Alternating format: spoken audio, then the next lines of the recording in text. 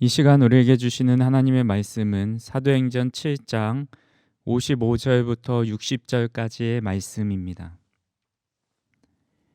스데반이 성령 충만하여 하늘을 우러러 주목하여 하나님의 영광과 및 예수께서 하나님 우편에 서신 것을 보고 말하되 보라 하늘이 열리고 인자가 하나님 우편에 서신 것을 보노라 한데 그들이 큰 소리를 지르며 귀를 막고 일제히 그에게 달려들어 성 밖으로 내치고 돌로 칠세 증인들이 옷을 벗어 사울이라 하는 청년의 발 앞에 두니라. 그들이 돌로 스데반을 치니 스데반이 부르짖어 이르되 주 예수여 내 영혼을 받으시옵소서 하고 무릎을 꿇고 크게 불러 이르되 주여 이 죄를 그들에게 돌리지 마옵소서 이 말을 하고 자니라. 아멘.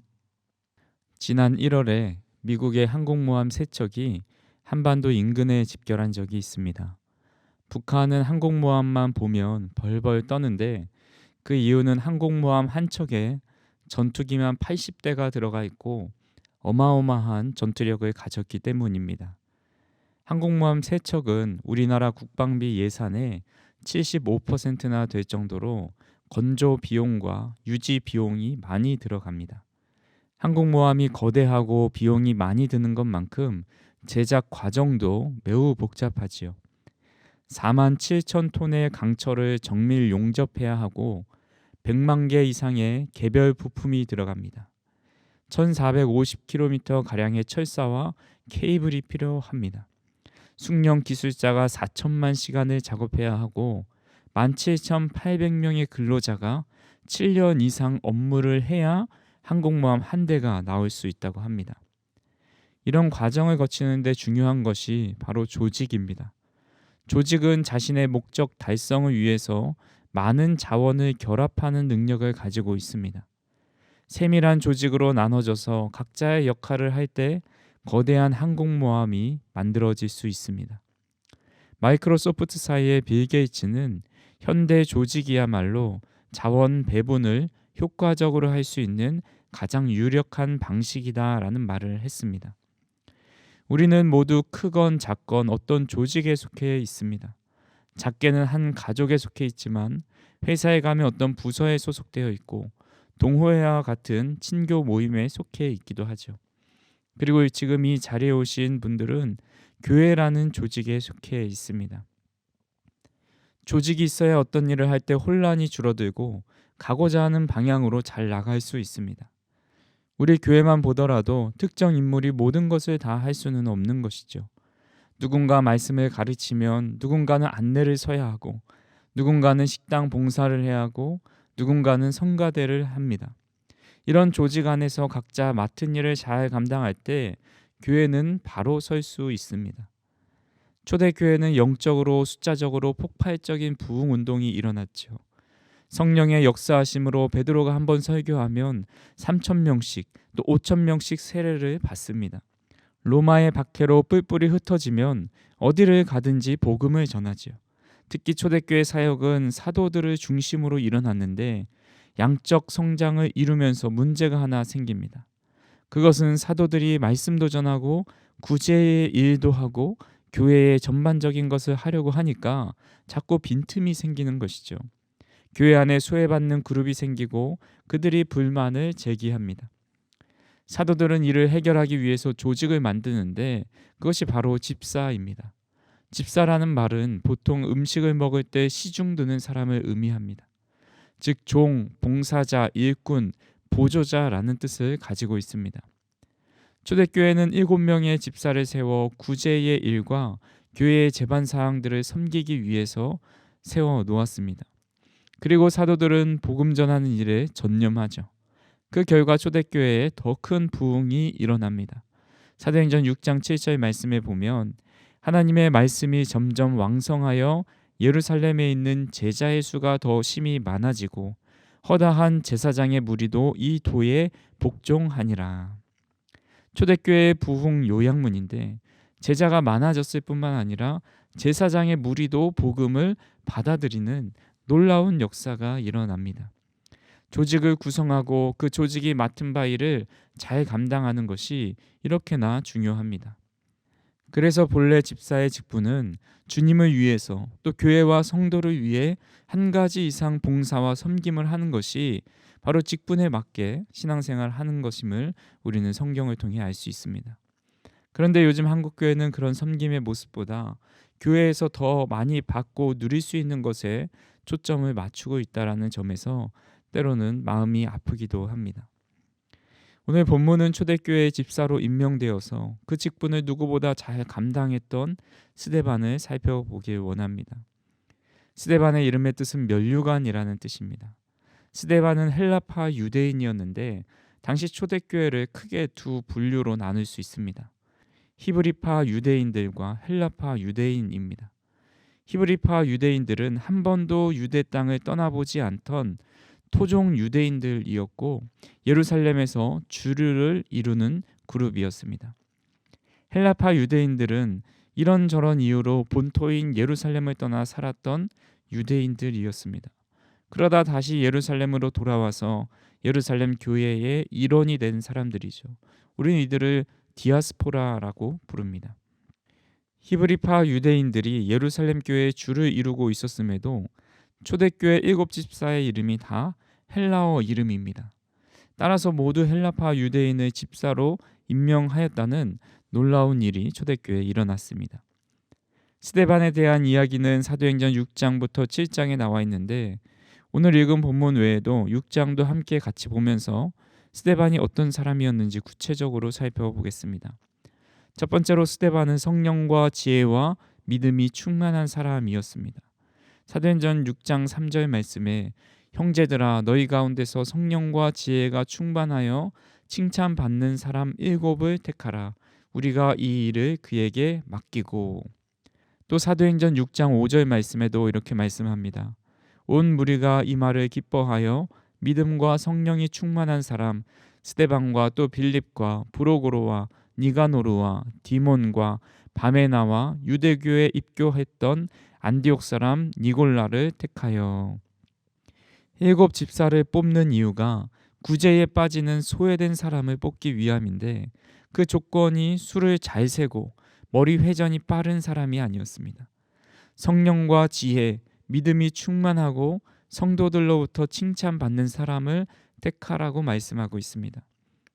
즉 하나님의 일을 하는데 가장 중요한 것은 성령과 지혜와 믿음이 충만한 겁니다. 이거 없이 계산만 잘하고 머리 회전만 빠르다면 다른 사람에게 상처를 주고 오히려 교회가 서는데 걸림돌이 될 때도 있습니다. 지금 한국교회에서는 집사의 직분보다 장로나 권사의 직분이 영향력이 있지요.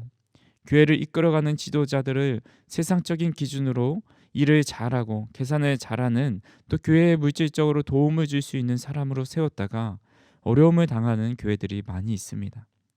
전에 친한 동기 목사가 섬기던 교회가 있었는데 한 장로님이 건축업을 하셔서 교회를 건축하는 데 앞장서서 일을 했습니다. 교회를 멋지게 지어놨는데 담임 목사님하고 트러블이 생기고 그러자 자신의 세력을 구축하기 시작합니다. 그리고 교회 재정에 잘 관여하지 않았던 담임 목사님을 재정적으로 모함해서 쫓아내고 교회를 다른 교회에 넘기는 일을 했다라는 이야기를 들었습니다. 가룟 유다도 12제자 중에 가장 셈이 빠르고 머리 회전이 잘 돌아갔던 사람입니다. 그는 일을 잘할 수 있었을지는 몰라도 영적으로 해서는 안 된 일을 한 사람입니다. 그래서 교회의 중직을 맡은 자들은 교회 일을 잘하고 셈을 잘하는 사람보다 성령이 충만해서 주님의 지혜를 구하고 흔들리지 않는 믿음을 가진 자를 세워야 합니다. 이는 스스로 그렇게 생각하는 사람이 아니라 온 교회의 칭찬을 받고 모두가 인정하는 그런 사람을 세우라고 말씀하고 있습니다. 스데반은 예루살렘 교회에서 누구보다 성령 충만하였고 지혜롭고 굳건한 믿음을 가지고 있었습니다. 예루살렘 온 성도들이 인정하는 믿음을 가진 사람이었습니다. 두 번째로 스데반은 어떤 상황에서도 복음을 전했던 사람입니다. 사도행전 6장 8절 말씀을 보시면 스데반이 은혜와 권능이 충만하여 큰 기사와 표적을 민간에 행하니. 7집사를 세우기 전에는 12사도만이 큰 기사와 표적을 행할 수 있었습니다. 본래 집사를 세운 목적도 기사와 표적보다는 구제와 교회 재반적인 일을 하기 위함이었습니다. 하지만 집사 안수를 받은 이후에 스데반이나 빌립을 통해서 이런 역사가 나타납니다. 스데반을 통해 큰 기사와 표적이 일어나고 복음을 전하는데 초대교회를 향한 핍박은 점점 커져만 갑니다. 사도행전 8장 9절과 10절 말씀에 이른바 자유민들 즉 구레네인, 알렉산드리아인, 길리기아와 아시아에서 온 사람들의 회당에서 어떤 자들이 일어나 스데반과 더불어 논쟁할세 스데반이 지혜와 성령으로 말함을 그들이 능히 당하지 못하며. 스데반은 예루살렘 전역에 걸쳐 있는 여러 개의 회당에서 설교를 했습니다. 이때 특별히 헬라파 유대인들, 구레네인, 알렉산드리아인, 또 길리기아와 아시아에 온 사람들이 모이는 각 회당에서 이 스데반의 설교를 반대하며 일어났습니다.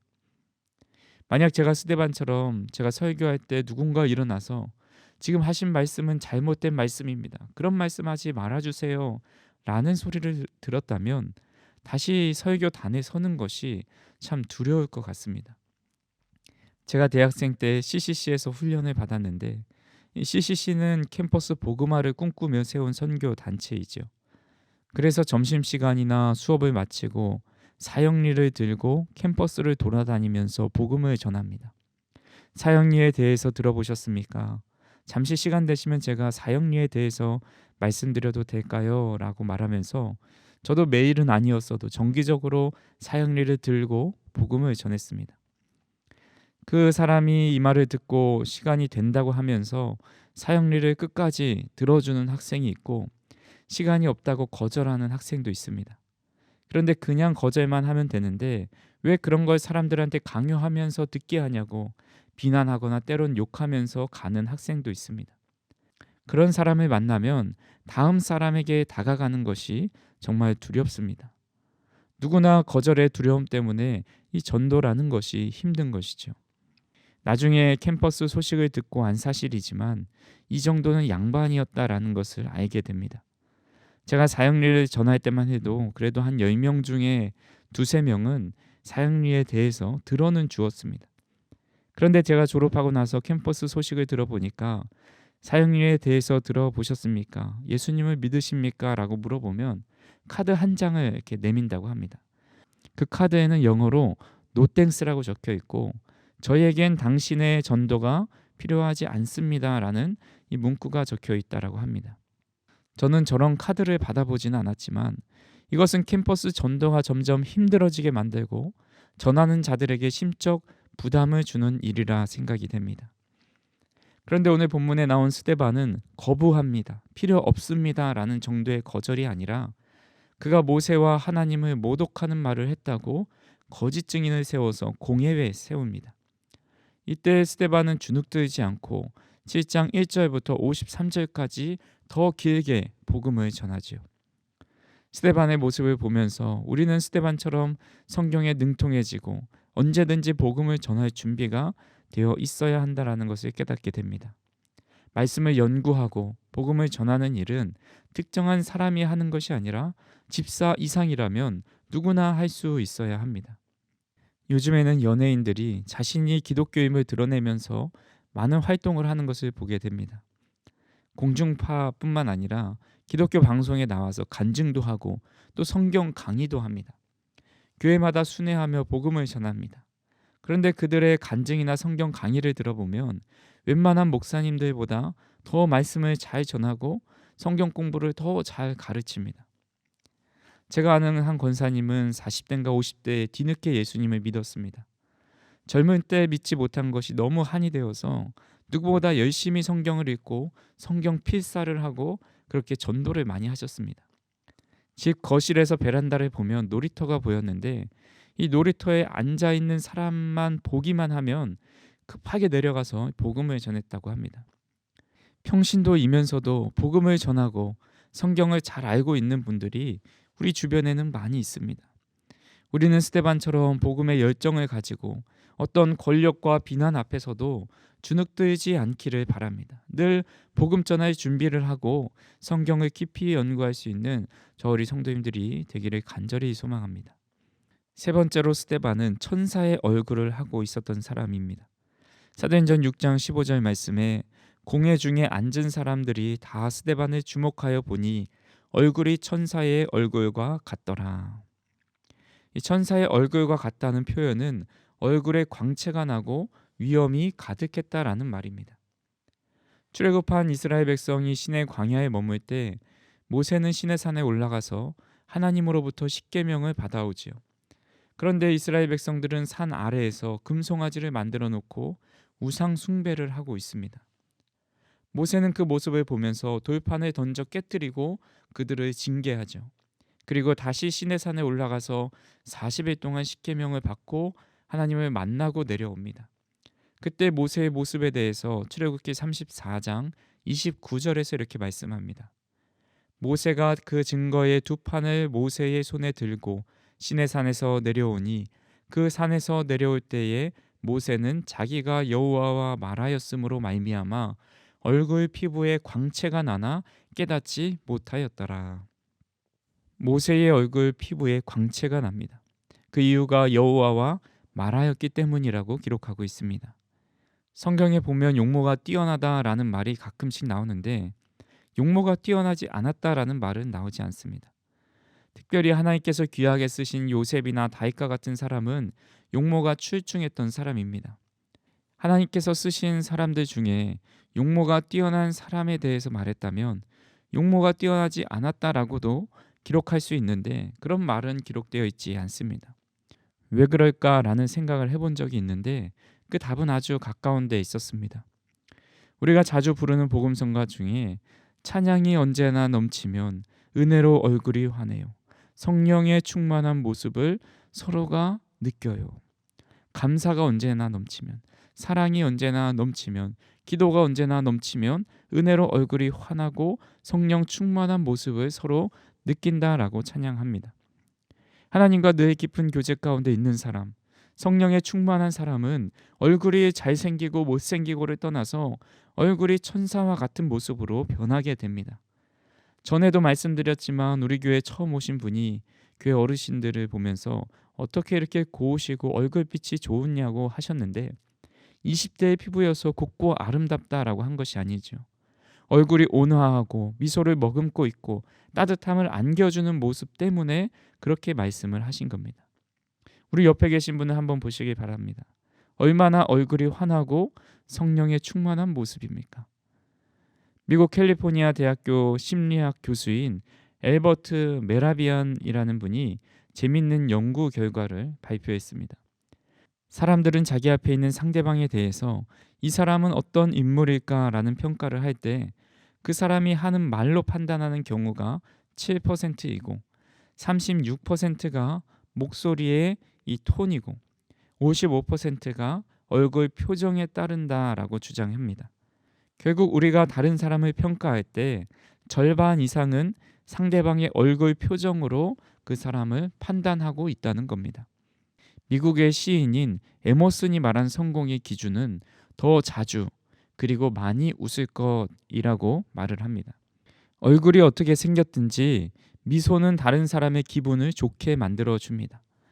웃고 있는 모습은 바라보는 이로 하여금 함께 웃게 만듭니다. 이런 미소와 웃음은 마음이 기쁘고 즐거워야 하는데 주님의 은혜를 깨닫고 성령 충만함을 받을 때 이런 모습으로 자연스럽게 변화되게 됩니다.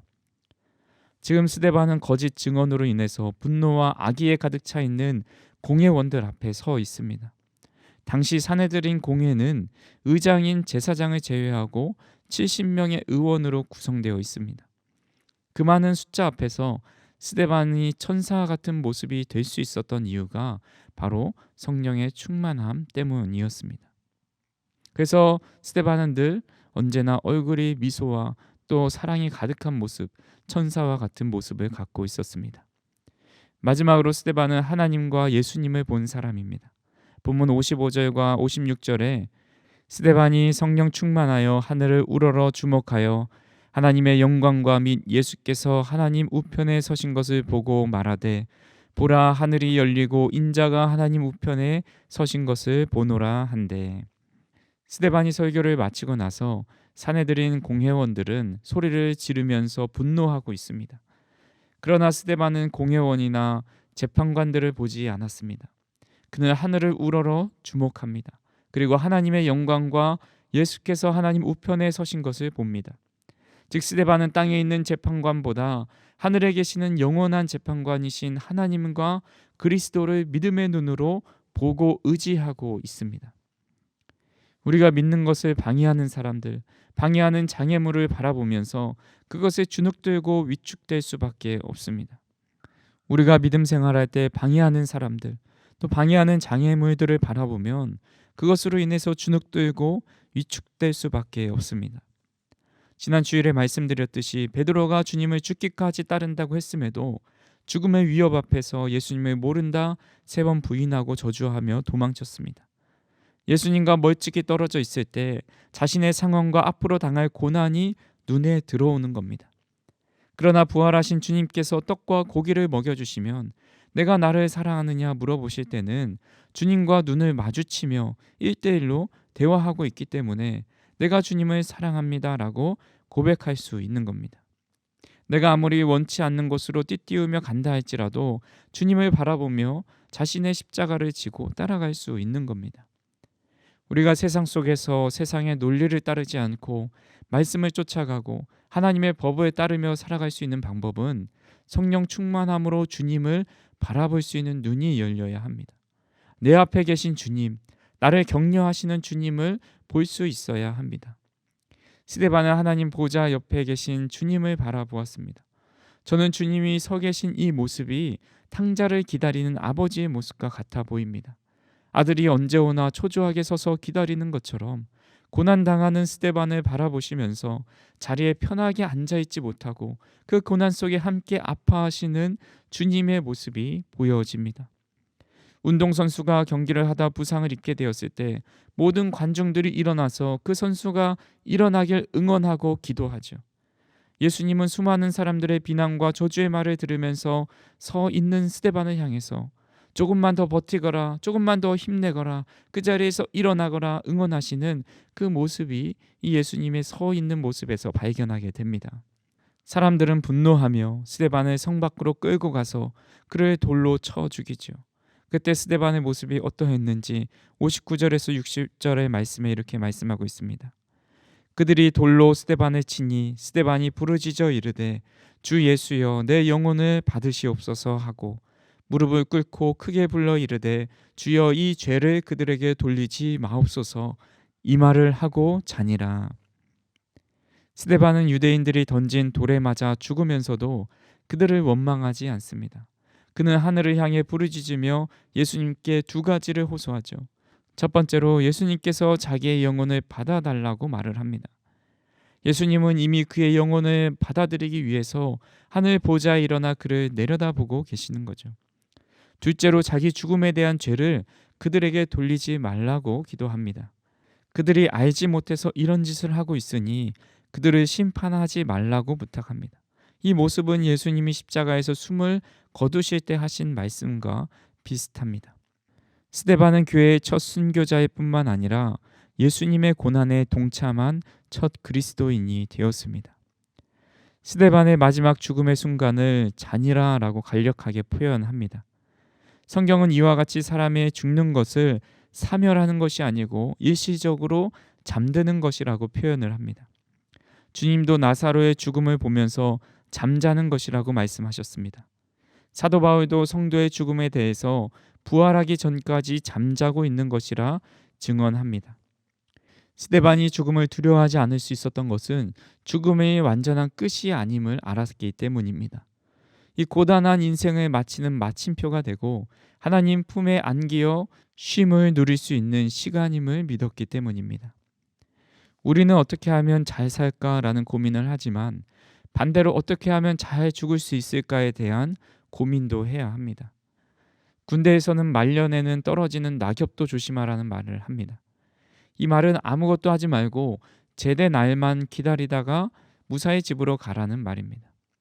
그래서 말년 병장은 손 하나 까딱하지 않고 먹고 자고만 반복하다가 제대하죠.